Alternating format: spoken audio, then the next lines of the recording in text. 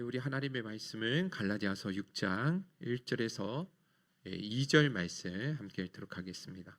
갈라디아서 6장 1절에서 2절 말씀입니다. 우리 두 절만 함께 읽도록 할게요. 갈라디아서 6장 1절과 2절입니다. 다 찾으셨으면 한 목소리로 같이 읽어보도록 하겠습니다. 시작. 형제들아, 사람이 만일 무슨 범죄한 일이 드러나거든 신령한 너희는 온유한 심령으로 그러한 자를 바로잡고 너 자신을 살펴보아 너도 시험을 받을까 두려워하라. 너희가 짐을 서로 지라. 그리하여 그리스도의 법을 성취하라. 아멘. 우리 옆 사람에게, 앞뒤 사람에게 이렇게 좀 진심을 담아서 이렇게 인사를 좀 했으면 좋겠습니다. 오늘 더위는 제가 책임지겠습니다. 네. 어떻게 책임져 주시겠는지 한번 여쭤봐 주세요. 네. 네. 확실하게 여러분들 진심을 담아서 이야기하셨으니까 오늘 더위로 확실하게 좀 책임져 주시기를 바랍니다. 네. 지금까지 비판하지 말라라는 말씀을 가지고 2주간 저희가 함께 나누었던 거 기억나시죠? 네. 우리가 신앙생활하는 가운데 또 우리들 모습 안에도 연약함이 있고 실수도 있을 수 있고 허물도 있잖아요, 그죠? 그 모습들이 함께 신앙생활하다 보면 보이게 된다라는 거예요. 자, 그럴 때 어떻게 하라는 것입니까? 함부로 비난하고 정죄하고 판단하지 말라라는 것입니다. 왜냐하면 그렇게 판단하고 정죄하는 그 자체가 너무나 마귀적인 것이고 우리의 타락한 본성에 부합하는 옛사람의 본성에 기인한 것이지 결코 하나님 나라의 백성의 바른 모습이 아니라는 것입니다. 더군다나 여러분, 이렇게 함부로 판단하고 정죄하는 것의 그 피해가 얼마나 큰지 그 지옥불에서 나는 것 같은 그런 악한 영향력을 미치게 된다라고 말씀을 하고 있잖아요. 그래서 이 은밀하게 허용되어지는 이런 비난과 판단하는 그런 문화가 있는 그곳에 진짜 그 공동체는 쉽게 무너질 수밖에 없고 그 교회는 병들어갈 수밖에 없다라는 사실을 우리는 반드시 심각한 마음으로 인지할 수 있어야 된다라는 것이죠. 그래서 여러분들 이번만큼은 저희 교회 안에서는 이런 험담, 뒷담화, 비난, 판단의 문화가 반드시 사라지는 은혜가 있었으면 좋겠습니다. 우리가 지금까지는 몰라서 그랬을 수는 있습니다. 하지만 이제는 그럴 수가 없는 것이죠. 하나님의 뜻이 무엇인지를 우리는 말씀을 통해서 확실하게 배웠기 때문에 이제부터는 우리의 삶이 완전히 달라져야 된다라는 거예요. 자, 그러므로 만약에 여러분 또 우리 모임이나 어떤 공동체 안에서 남의 말을 하는 이야기가 이렇게 되는 일이 생긴다. 어떻게 될까요? 함께 동참하고 동조해서는 안 되겠죠, 그죠? 오히려 그 일에 대해서 우리가 이제는 좀 성숙한 마음으로 책임감 있게 책망하고 이런 문화가 사라져야 되지 않겠느냐라고 또 권면할 수 있는 그런 자리까지 우리가 나아갈 수 있어야 된다라고 생각합니다. 그런데 에베소서 5장 11절에 이런 말씀이 있죠. 우리 한번 읽어보도록 하겠습니다. 시작. 너희는 열매 없는 어둠의 일에 참여하지 말고 도리어 책망하라. 그렇습니다. 여러분들 판단과 비난과 정죄의 이 말은요, 열매 없는 어둠의 일입니다. 아무런 열매를 맺을 수가 없죠, 그죠? 있던 열매까지도 다 그렇게 떨어뜨릴 수 있는 심각한 문제인 것입니다. 그래서 그런 어둠의 일이 혹여라도 일어나게 되어진다고 한다면 거기에 참여하지 말고 오히려 뭐하라? 책망하라는 것입니다. 그런데 야고보서 4장 11절 12절도 잘 아시는 말씀이죠. 읽어볼까요? 시작. 형제들아, 서로 비방하지 말라.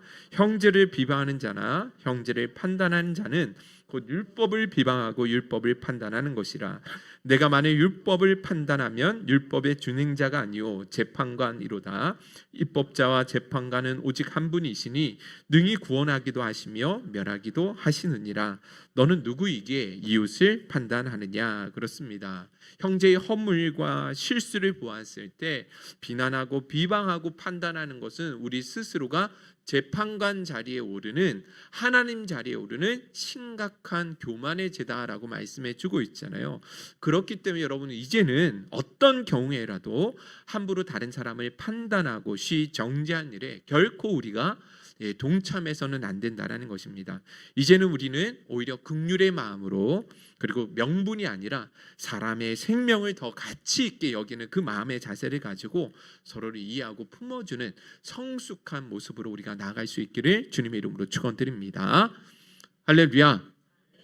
자, 이제 오늘 이 주제와 관련해서 마지막으로 여러분과 함께 나누고자 하는 것은, 자, 이제 우리 성도들 안에 명백한 죄가 드러나게 되는 경우에 우리 성도는 어떤 마음의 자세를, 우리가 어떻게 반응해야 되는가에 대해서 여러분과 함께 살펴보도록 하겠습니다. 여러분들, 허물과 실수할 수 있다라고 말씀을 드렸죠. 이런 일에는 뭐 해야 됩니까? 긍휼히 여겨주고 좀 허물을 감싸주고 덮어주는 그런 사랑을 실천해야 되는 게 옳다라는 것입니다. 자, 그런데요, 성도들 가운데 누가 봐도 덕스럽지 않은 이 명백한 죄를 짓는 경우가 있잖아요, 그죠? 그 죄가 너무 반복적으로 일어나고 있고, 그래서 교회 공동체 전체에게 너무나 안 좋은 영향력을 미치고 있고, 그 당사자에게도 너무나 해롭다라고 생각했을 때, 이럴 때도 우리가 모른 척 그냥 넘어져 가지고 덮어줘야만 하는가? 아니라는 것이죠. 여러분들, 이 부분이 되게 중요한 부분입니다. 오늘 여러분들 좀 집중해서 이 말씀 한번 들어보셨으면 좋겠어요. 자, 이럴 때는 어떻게 해야 되는가? 명백한 죄가 드러날 때, 반복적인 죄를 계속해서 하고 있을 때에도 우리는 그냥 모른 척 덮어주고 넘어가야 되는 것인가? 아니라는 거예요. 이럴 때는 건설적인 비판과 책망을 통해서 그 사람을 온전히 바르게 잡아줘야 된다는 것입니다. 갈라디아서 6장 1절, 우리가 읽었던 본문의 말씀이었죠. 우리 한번 읽어보도록 할게요. 시작. 형제들아, 사람이 만일 무슨 범죄한 일이 드러나거든 신령한 너희는 온유한 심령으로 그러한 자를 바로잡고 너 자신을 살펴보아 너도 시험을 받을까 두려워하라. 그렇습니다. 근데 그냥 어쩌다 한번 일어나는 실수가 아니라 명백한 죄인 거예요. 반복된 죄인 것이죠. 그런 죄가 명백하게 드러나게 될 때는 어떻게 하라고 하시느냐? 모른 척 지나가는 것이 아니라 그 사람을 향한 사랑의 마음을 가지고 바로 잡아줘야 된다라고 말씀해 주고 있다라는 것입니다. 여기 신령한 너희는 온유한 심령으로 그러한 자를 바로 잡아주라라고 말씀하고 있죠, 그죠? 이게 무슨 말이냐면 이것은 바로 예수 믿기 이전과는 분명히 다른 방식으로 그렇게 대할 수 있어야 된다라는 거예요. 여러분들, 예수 믿기 이전에 누군가가 명백한 죄, 너무나 심각한 죄를 짓고 있고 공동체에 너무나 악한 피해를 주는 사람들이 있다고 한다면 우리가 이전에는 어떻게 했을까요? 이런 죄를 짓는, 공동체에 피해를 준 사람 어떻게 했겠습니까? 자비 없는 심판만 있었다라는 것이죠. 쉽게 비판하고 정죄했고 또 무시하기도 하고 그 사람을 완전히 공동체 안에서 매장시키려 했다라는 것입니다. 급기야는 법대로 합시다라고 이야기하면서 교회 안에서조차도 그런 사람을 쫓아내는 경우도 있다라는 것입니다. 그런데 과연 이런 일이 성경적이고 바른 지혜로운 대처라고 이야기할 수 있는가?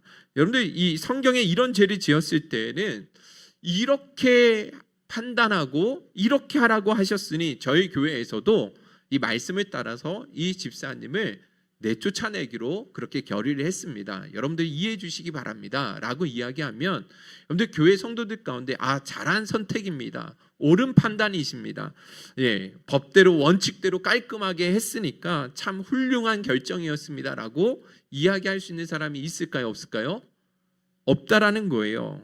오히려 그 일로 인해서 시험에 들고 상처받을 사람이 더 많아질 뿐이라는 사실을 여러분들 인지하실 수 있어야 된다는 거예요. 여러분들, 우리 성도들 안에 성경은요, 누가 봐도 명백한 죄를 짓는 자들을 볼 때 그럴 때는 어떻게 하라고 하시냐면 정말 사랑의 마음으로 안타까워하라는 것이죠. 그리고 그 사람이 회개하고 돌아올 수 있도록 진심과 사랑을 담아서 바로 권면해주고 바르게 잡아줄 수 있어야 된다라고 말씀해주고 있다라는 것이죠. 이것이 우리 하나님이 우리를 향하신 기뻐하신 뜻이라는 것입니다. 여러분들, 고린도 교회 안에는 진짜 많은 죄들이 일어났거든요. 특히 고린도 교회 성도들 안에 어떤 죄까지 지었냐면 아버지의 척과 더불어서 함께 간음을 일삼는 사람들이 일어나게 됐다라는 거예요. 말도 안 되는 일이 일어나는 것이죠. 그죠? 자, 그래서 사도 바울이 일에 대해서 얼마나 분노하고 책망했는지 이런 자들은 사탄에게 내어줘야 된다라고 말씀하고 있어요. 이 말씀이 어디 있냐면 고린도전서 5장 5절에 있습니다. 여러분들 생소한 말씀이지만 한번 읽어보겠습니다. 시작. 이런 자를 사탄에게 내주었으니 이는 육신은 멸하고 영은 주 예수의 날에 구원을 받게 하려 함이라. 여기 사탄에게 내주었다라는 말씀이 있는데 이게 무엇이냐? 어떤 사람은요 이 말씀을 육체의 죽음이다라고 해석하는 사람들도 분명히 있습니다. 왜냐하면 그 뒤에 보니까 육신은 멸하고 영혼은 주 예수의 날에 구원받게 하기 위함이다라고 하고 있으니까, 그래서 이 사탄에게 내주었다라는 이 말씀이 그 사람을 죽음에 내어주었다라고 이렇게 해석하는 사람들이 있다라는 거예요. 자, 그런데 그건 옳은 번역이 아니라는 것입니다. 왜냐하면 여러분들 사람이 사람을 함부로 죽는데 내가 죽도록 그렇게 내어줄 수 있는 권한이 있습니까? 아니죠. 죽고 사는 권세는 누구에게만 있습니까? 하나님께만 있는 거예요. 이 사람의 죽고 사는 그 판단은 하나님만 하실 수 있는 거예요. 사람이 할 수가 있는 것이 아니라는 것입니다. 자, 그러면 여러분들 여기에 나오는 사탄에게 내주었다라는 말씀은 무엇이냐면 교회에서 내쫓아냈다라는 거예요. 다른 말로 출교했다라는 것입니다. 여러분들 앞서 5장 1절에서 2절에 나오는 이 말씀이 그 의미를 정확하게 드러내고 있습니다. 같이 한번 읽어볼까요? 시작. 너희 중에 심지어 음행이 있다 함을 들으니 그런 음행은 이방인 중에서도 없는 것이라. 누가 그 아버지의 아내를 취하였다 하는도다. 2절. 그리하고도 너희가 오히려 교만하여져서 어찌하여 통하니 여기지 아니하고 그의 행한 자를 너희 중에서 쫓아내지 아니하였느냐. 그렇습니다. 이런 자를, 이런 음행하는 자를 왜 가만히 내버려 두었느냐, 왜 쫓아내지 아니하였느냐 책망하고 있다라는 것입니다.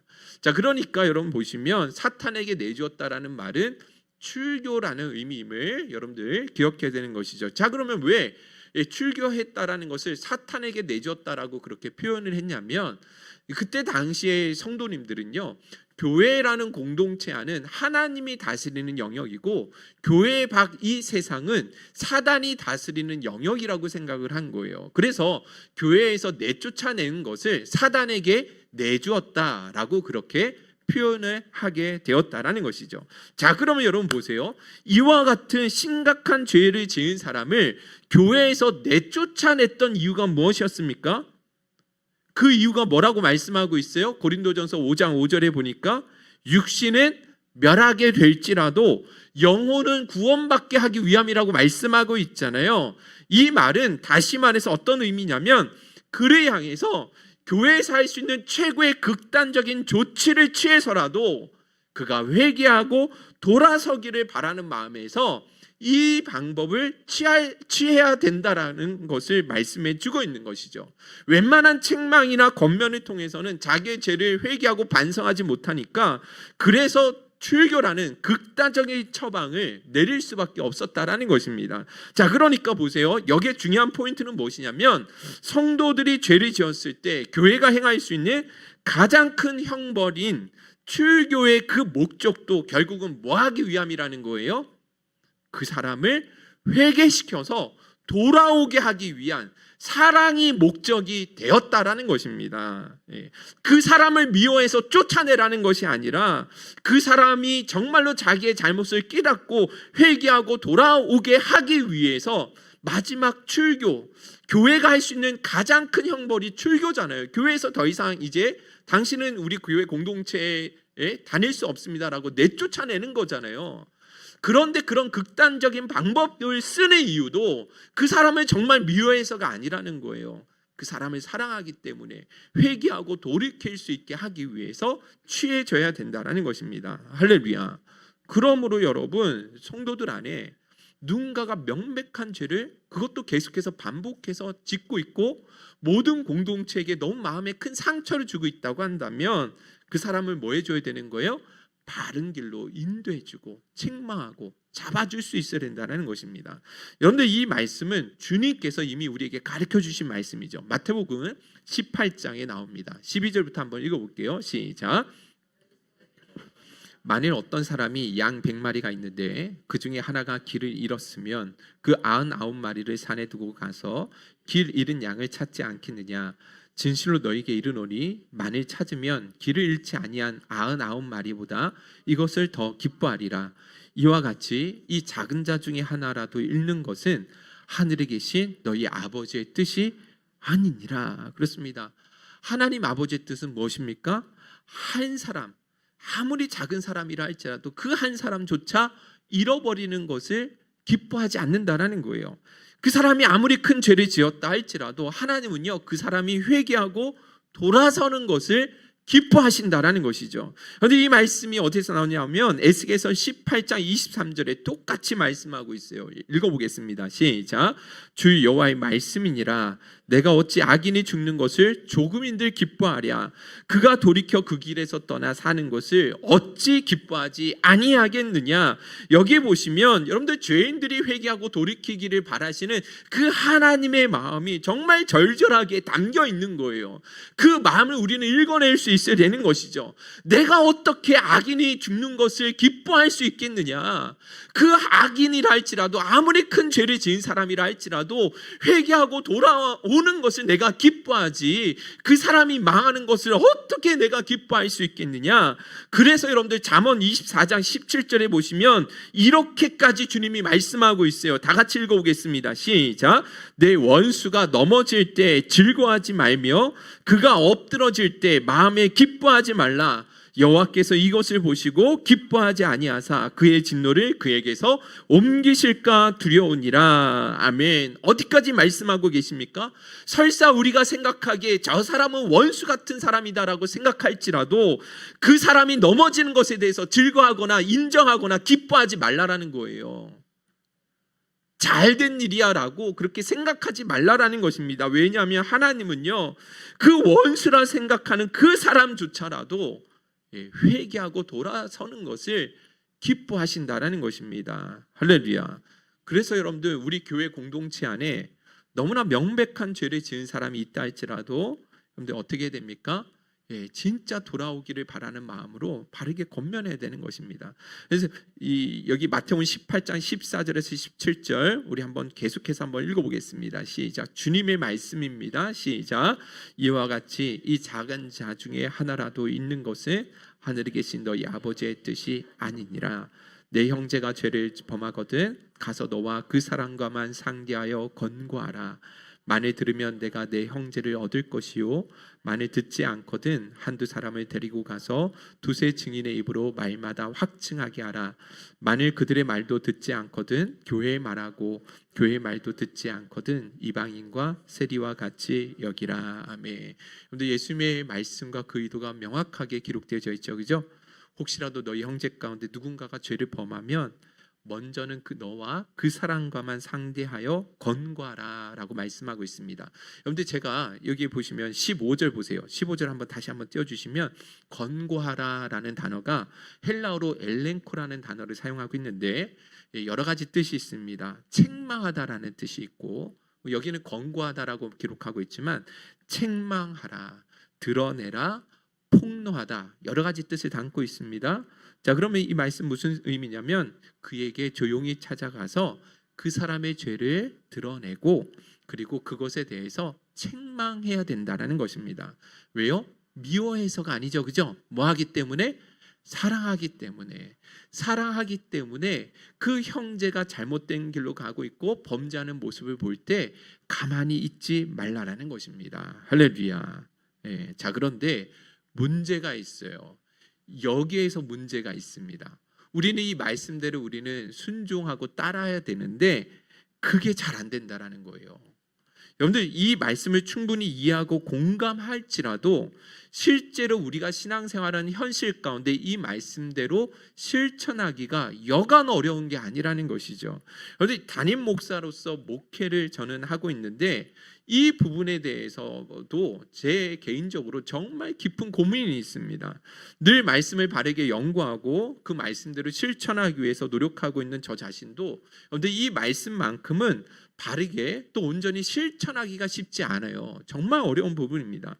그런데 우리 교회 안에는요, 제가 우리 여러 집사님들이 계신데 그 집사님들이 고등학교 때부터 제가 보았던 집사님이 계시고, 또 20대 초반부터 저희 교회 신앙생활하면서 집사 직분을 받으신 집사님들도 계시거든요.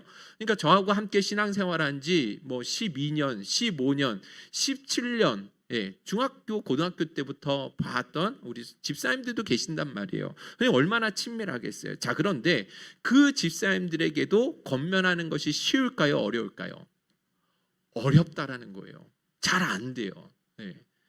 집사님들 무슨 말씀인지 아시겠죠? 네, 그게 어려워요. 아무리 친해도, 아무리 어렸을 때 봤던 친밀함이 있다 할지라도 그게 잘 안 돼요. 왜냐하면 이것이 아무리 좋은 이야기라 할지라도 누군가로부터 권면을 받거나 책망을 받는 것에 대해서 마음 편하게 받아들일 수 있는 사람이 많지 않거든요. 자, 그러면 여러분, 그럴지라도 여러분들, 우리가 그 사람을 정말로 사랑한다면 뭐 할 수 있어야 돼요? 가만히 있어서는 안 되는 거예요. 그 사람을 정말 내가 사랑하는 지체로서 받아들일 수 있다고 한다면, 그 사람에게 다가가서 뭐 해야 됩니까?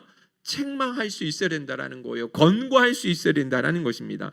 잠언 27장 5절과 6절의 말씀이 이 부분에 대해서 아주 명쾌하게 말씀해 주고 있습니다. 우리 한번 읽어보도록 하겠습니다. 시작.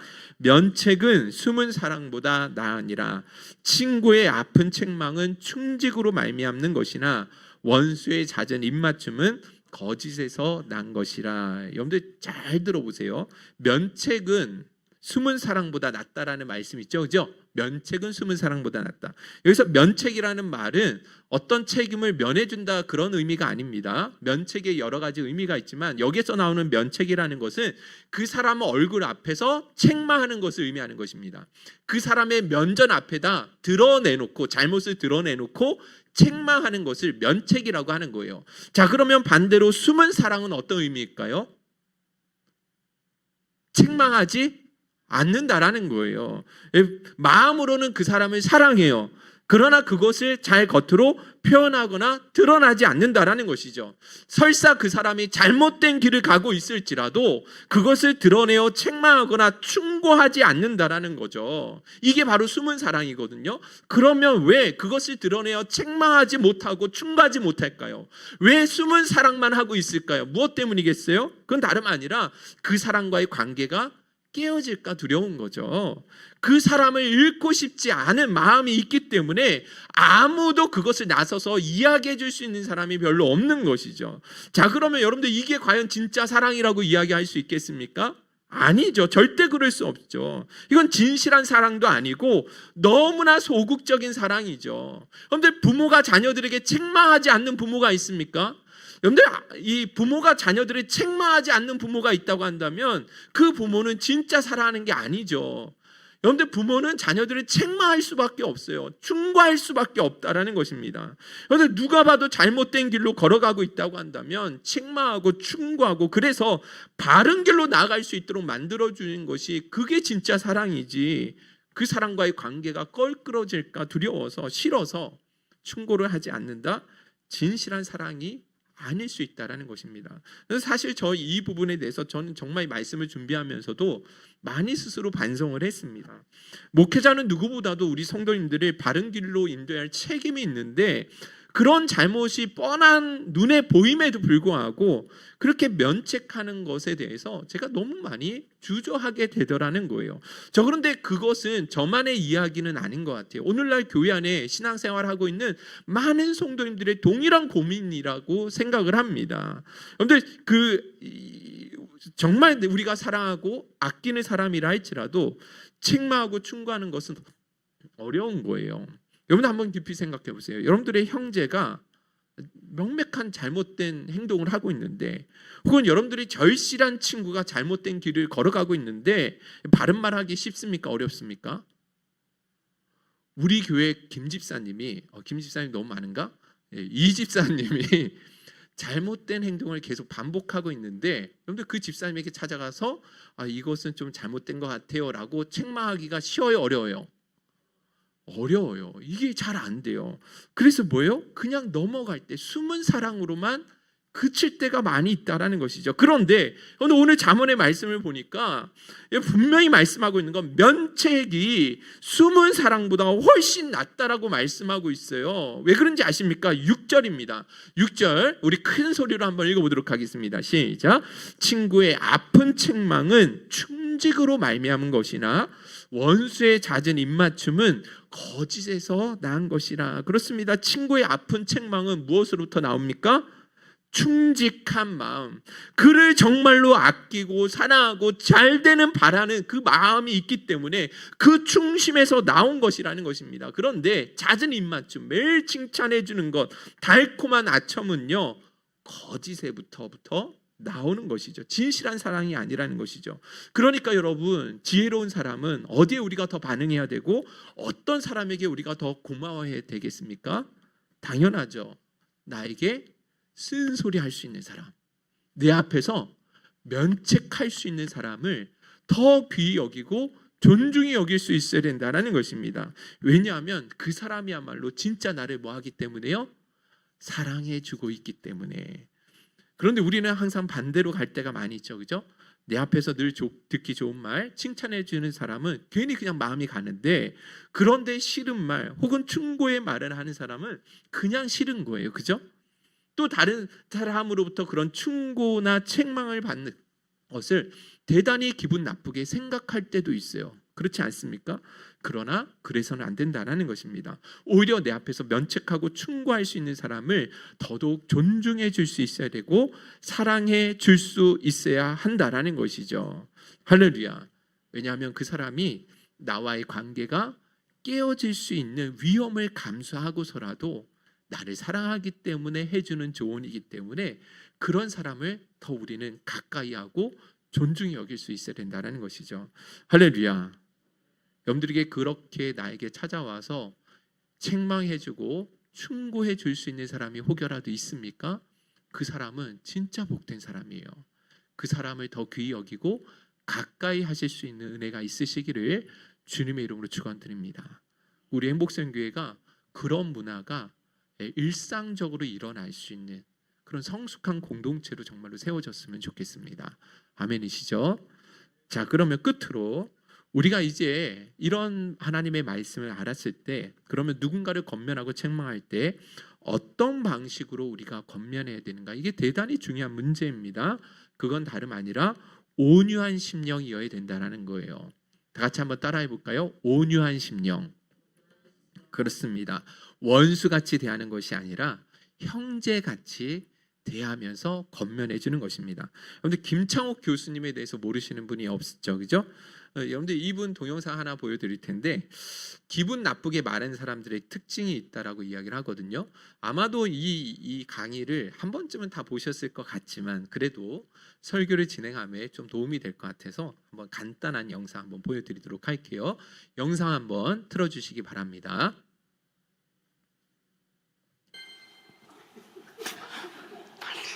솔직히 거의 반반 정도 되시네요. 7분입니까? 그 7분 15초. 과연 어디에서 왔을까요? 네. 알아봤더니 여러 가지의 경우가 있는데요. 첫 번째, 우리가 그러한 사건 사고를 당했을 때 우리의 가장 가까운 곳에서 우리에게 말해준 사람들의 언어와 비언어에서 영향을 꽤나 많이 받았대요. 저는 어려서 미국 영화를 봤어요. 미국에 갔어. 아이가 비싼 접시가 깨졌는데 엄마가 화를 내지 않더라고. 그리고 아이에게 와서 뭐라고 말하죠? Are you okay? 얼굴 표정, 비언어를 쓰면서 Are you okay? No problem. Don't worry and I love you. 저는 그때 제가 미국 스타일이라는 걸 알았어요. 제가 USA 엄마랑 너무 잘 맞더라고요. 저희 엄마 전라도 해남 사람이에요. 겁나 부러. 이것이 오네 아주 징해부러. 저 쨍그를 함께 했더니 뭐단지 냉겨두냐 다 깨부러라.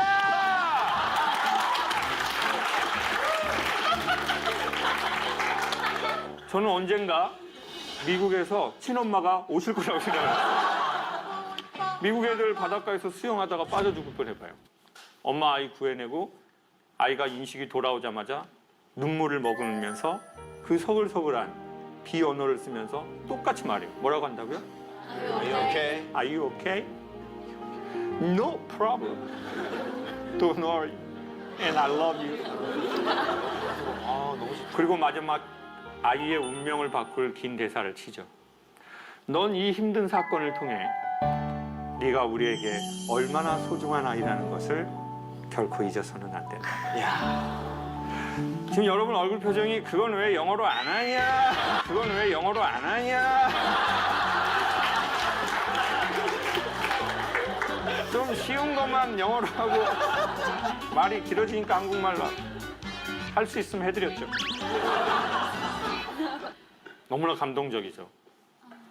인간은요, 힘들 때, 어려울 때 망하거나 죽는 게 아니고 힘들었을 때 위로 못 받으면 그때 망하는 거래요. 네, 여기까지. 저도 한번. 고향이 바닷가였어요. 네, 네? 여기까지만 수영하다가- 보도록 하겠습니다. 예, 불 켜주셔도 됩니다. 여러분들 이 강의 한 번씩은 다 들어보셨을 텐데 이 강연의 제목이 뭐였냐면 좋은 말 예쁘게 기분 좋게 하는 법 뭐 이런 내용이거든요. 자, 그런데 그게 어렵습니까? 쉽습니까? 어려워요. 좋은 말을 너무나 기분 나쁘게 정지하는 말투로 우리는 일상처럼 사용하게 되더라는 것이죠. 여러분들 이 같은 내용이라고 생각합니다. 교회 안에서 잘못된 길을 걸어가고 있는 사람들을 우린 진짜 사랑의 마음으로 좋게 우리는 바로 잡아줄 수 있어야 되는데, 그런데 그게 안 된다라는 것이죠. 분명히 좋은 말인데 듣는 상대방으로 하여금은 너무나 모욕적인 방식으로 우리가 책망할 때가 있었다라는 것입니다. 갈라디아서 6장 1절에 여러분들 아까 우리 읽었던 말씀이죠. 같이 한번 읽어볼까요? 시작. 형제들아, 사람이 만일 무슨 범죄한 일이 드러나거든 신령한 너희는 온유한 심령으로 그러한 자를 바로잡고, 여기 그러한 자를 바로 잡아주다라는 말씀이 있죠. 예. 여기 나오는 바로 잡다라는 단어가 헬라어로 보니까 이 뼈를 접합시킨다라는 뜻을 담고 있더라고요. 자, 그러니까 여러분 보시면 부러진 뼈를 접합시킬 때 대충 할 수 있어요, 없어요? 여러분 뼈 부러지거나 금이 가보신 적 있으세요? 건드리면 어떻게 되죠? 얼마나 아프겠어요? 통증이 얼마나 심하겠냐라는 것이죠. 정말 조심스럽게 다뤄야 되는 부분이라는 것입니다. 마찬가지로 교회 안에서 어떤 영적인 일에 상처가 있고 도움이 필요한 자들이 있다고 한다면 우리가 어떻게 해야 되는 거예요? 정말 조심스럽게 다가가야 된다라는 거예요. 그런데 우리 그리스도인들의 모습은 이게 안 되는 것이죠. 너무나 미성숙했다라는 것이죠. 다시는 안 볼 것처럼 정죄직분을 가지고 함부로 판단하고 그렇게 책망하는 일들이 일어났다라는 것입니다. 사람들이 다 보고 있는 앞에서 너무나 민망하게 책망을 하는 것이죠.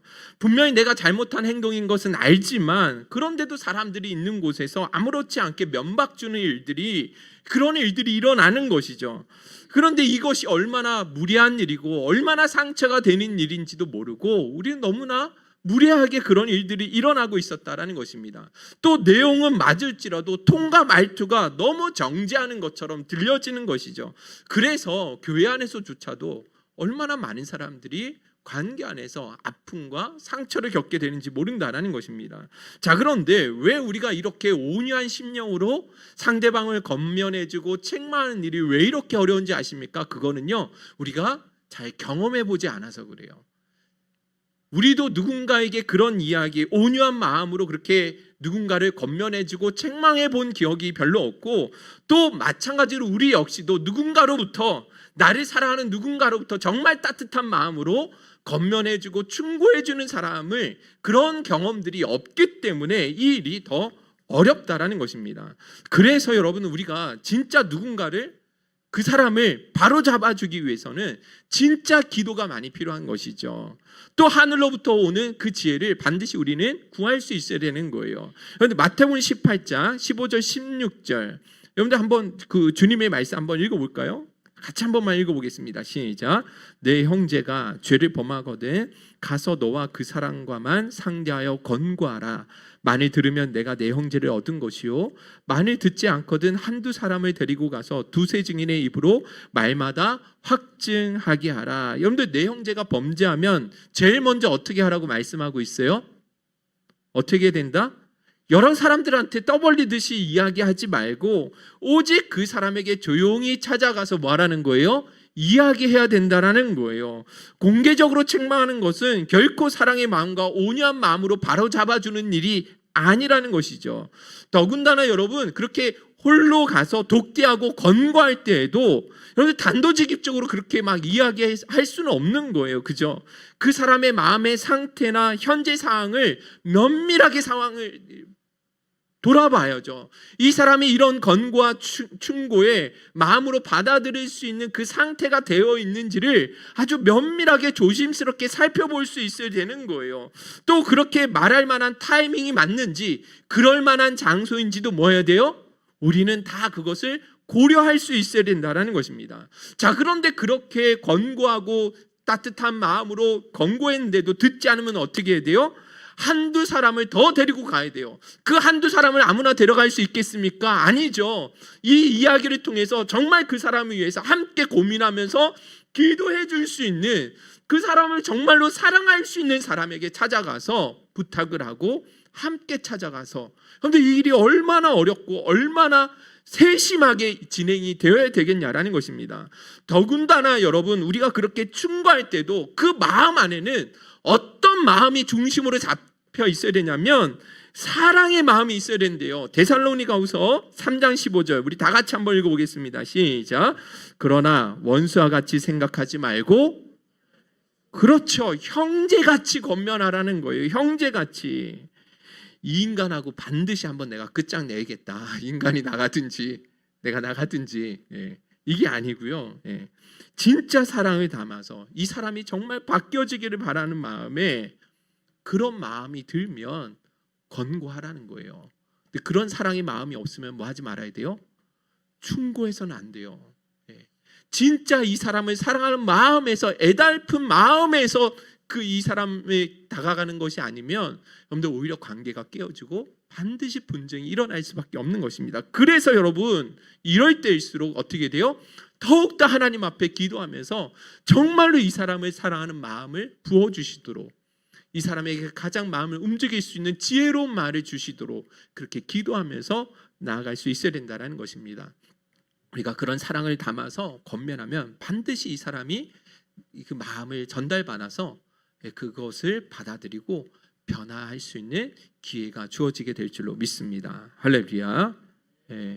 여러분들 살아가면서 이런 권면 받아보신 적 있으세요? 고개를 끄덕이신 분들이 종종 보여서 참 감사하네요. 자, 그런데 제가 이 말씀을 준비한 게 2주 전이었거든요. 그래서 제가 곰곰이 생각했어요. 나한테 이렇게 진짜 사랑을 담아서 온유한 마음으로 책망해주고 권고해준 사람이 있는가 고민을 했거든요. 여러분들도 한번 오늘 셀 모임 때 나눠보세요. 진짜 그런 사람이 있었나?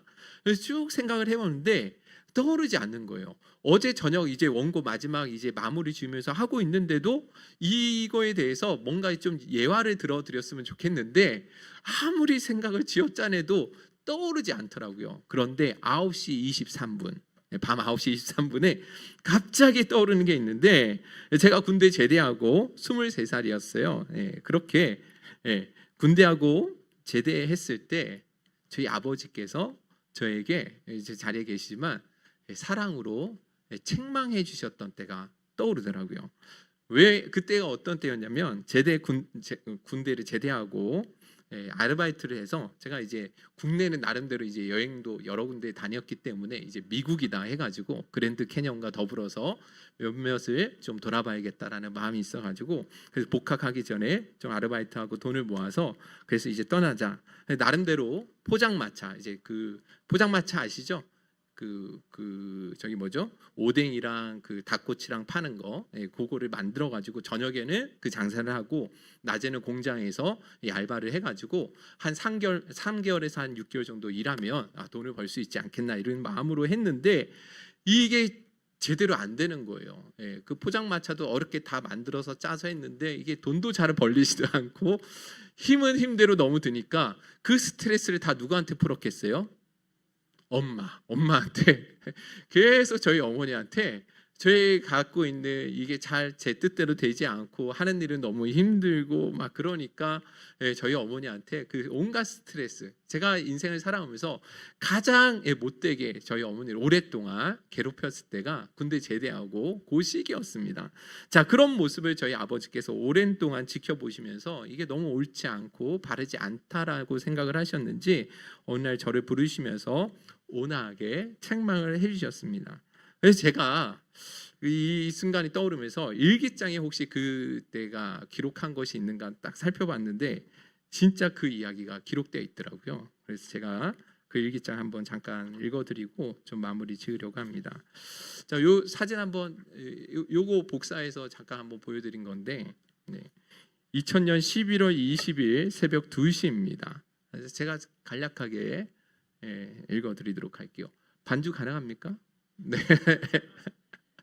제가 한번 읽어드려 볼게요. 폭풍 위에 적막감이 감돌듯이 무척 조용하다. 아버님이 술에 많이 취하셨다. 요즘 들어 술 마시는 날이 많이 늦었다. 오늘 아버지께서 나를 조용히 부르시고 어머니는 나가 있으라고 하셨다. 아버지께서는 술을 드시지 않고는 도통 당신의 마음을 꺼내 놓으시지 못한다. 아니 술을 드셔도 잘 말씀하시지 않는데 오늘은 좀 특별했다.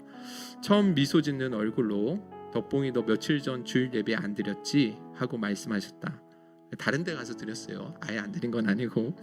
아버지께서 세 가지를 말씀해 주셨다. 어떠한 일이 있어도 설사 어머니가 틀린 말을 할지라도 너만큼은 어머니를 이해하고 먼저 고개 숙여야 한다.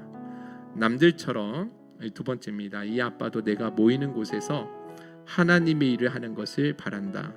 뒤에서 묵묵히 하나님의 일을 하는 것도 중요하지만 때로는 남에게 나타낼 줄도 알아야 한다. 아빠도 엄마도 그런 내 모습을 보면 믿음이 없는 아빠도 기쁘단다. 세 번째입니다. 여자 사귀는 것은 상관하지 않겠다.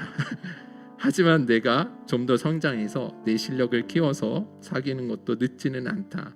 지금 휴학하는 가운데 있으니 더 깊이 생각하고 준비하거라. 그리고 이제 마지막이 제게 되게 감동이었어요. 아빠는 너를 믿는다. 엄마가 너를 100% 믿지만 아빠는 너를 200% 믿는다. 오른쪽 이제 페이지 넘어가서 눈물이 나려고 했다. 아버지 나에게는 있어서 소중한 분이다. 엄마하기도 많이 했지만 이제는 그분을 진정으로 사랑한다.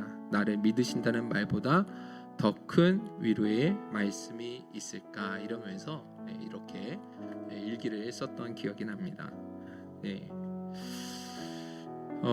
진짜 감동이었고 너무 감사했습니다. 그를 통해서 아버지께서 저를 정말로 많이 존중해주고 계시는구나.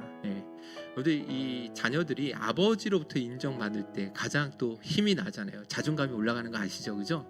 근데 저희 아버지는 절대 한 번도 그런 표현하신 적이 없는데 엄마가 너를 100% 믿는다면 아빠는 너를 200% 신뢰한다라고 이야기해 주셨을 때 진짜 큰 위로가 되고 힘이 되었습니다. 그리고 무엇보다도 그 따뜻한 권면과 책망으로 인해서 저의 행동들이 잘못되었다라는 것을 깨닫고 저를 많이 돌아보고 회개하는 시간을 갖게 되었다라는 것이죠. 그러니까 누군가를 책망하고 권고해 주기 위해서는 바로 이와 같은 마음이 필요하고 이와 같은 방식이어야 된다라는 것이죠. 부드럽고 온화하게 그리고 그 사람을 최대한 존중하면서 겸손하게 그 안에 정말 진실한 사랑을 담아서 책망할 수 있다고 한다면 듣는 사람도 반드시 그 책망을 귀하게 여기고 자기 삶을 돌아보고 회개하는 기회로 삼게 될 줄로 믿습니다. 할렐루야.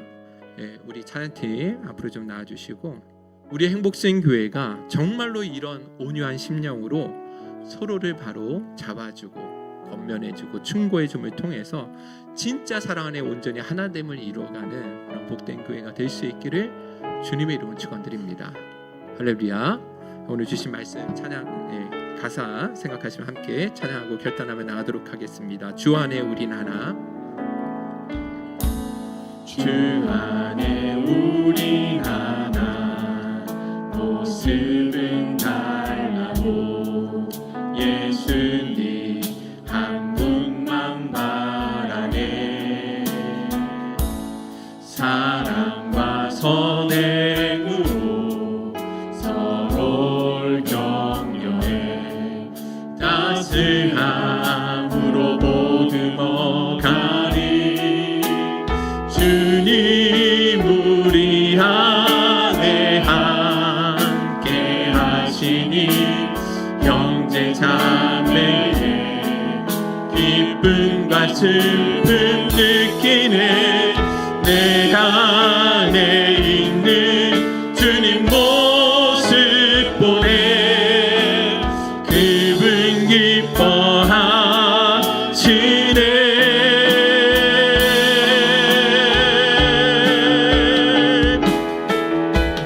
주님 우리 통해 계획하시니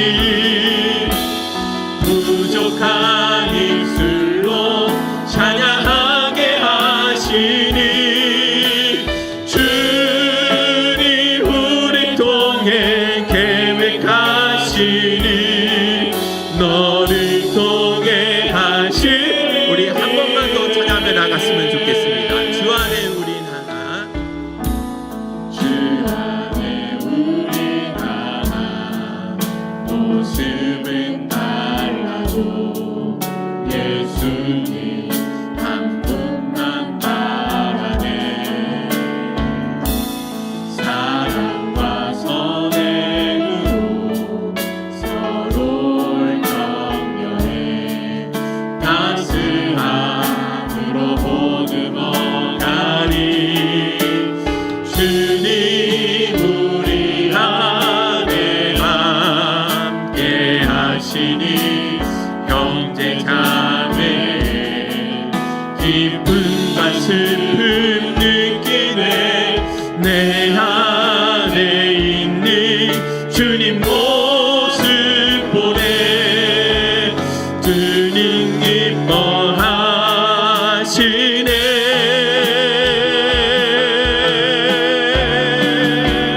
주님 우리 통해 주님 우리 통해 계획하시니 부족한 입술로 찬양하게 하시니. 주님 우리 통해 계획하시니 너를 통해 하시니. 교회를 교회에게, 교회를 교회에게, 예배 예배에게 우리 사용하소서.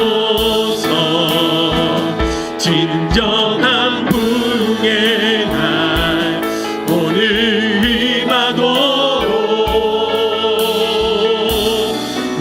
우리 다 같이 두 손 들어서 믿음으로 고백합시다. 성령 안에 예배하리라. 성령 안에 예배하리라. 자유의 마음으로 사랑으로 사역하리라. 사랑으로 사역하리라. 교회는 생명이니 교회는 교회에게 예배 예배에게 우리 사용하소서. 진정한 부흥의 날 오늘 임하도록 우리 사용하소서. 우리 행복생교회가 정말로 형식적인 나눔과 교제가 있는 것이 아니라 진짜 생명을 나눌 수 있는 사랑이 정말로 넘치는 그런 나눔과 교제가 일어날 수 있었으면 좋겠습니다. 그러기 위해서 어떻게 되겠습니까? 성도의 허물과 죄가 드러날 때 못 본 척 그냥 숨은 사랑으로 머무는 것이 아니라 진심 어린 마음과 사랑을 담아서 건면해주고 책망할 수 있어야 된다라는 것이죠. 또한 더불어서 그렇게 나를 향해서 진실한 마음으로 책망해주는 사람을 열린 마음으로 존중해주고 또 귀중히 여길 수 있는 그런 교회가 될 수 있을 때 진짜 살아있는 교회, 생명 있는 교회로 세워지게 될 줄로 믿습니다. 오늘 이 시간 우리가 하나님 앞에 좀 기도할 때 이렇게 결단하며 나갔으면 좋겠습니다. 주님, 우리에게 서로의 죄와 허물이 드러나 보일지라도 사랑으로 기꺼이 책망해주고 건면해 줄 수 있도록 도와주옵시고, 그래서 주님의 사랑의 법을 우리 안에서 온전히 완성해 나갈 수 있도록 도와주시옵소서. 우리 주여 한번 부르신 후에 기도 한번 나가도록 하겠습니다. 주여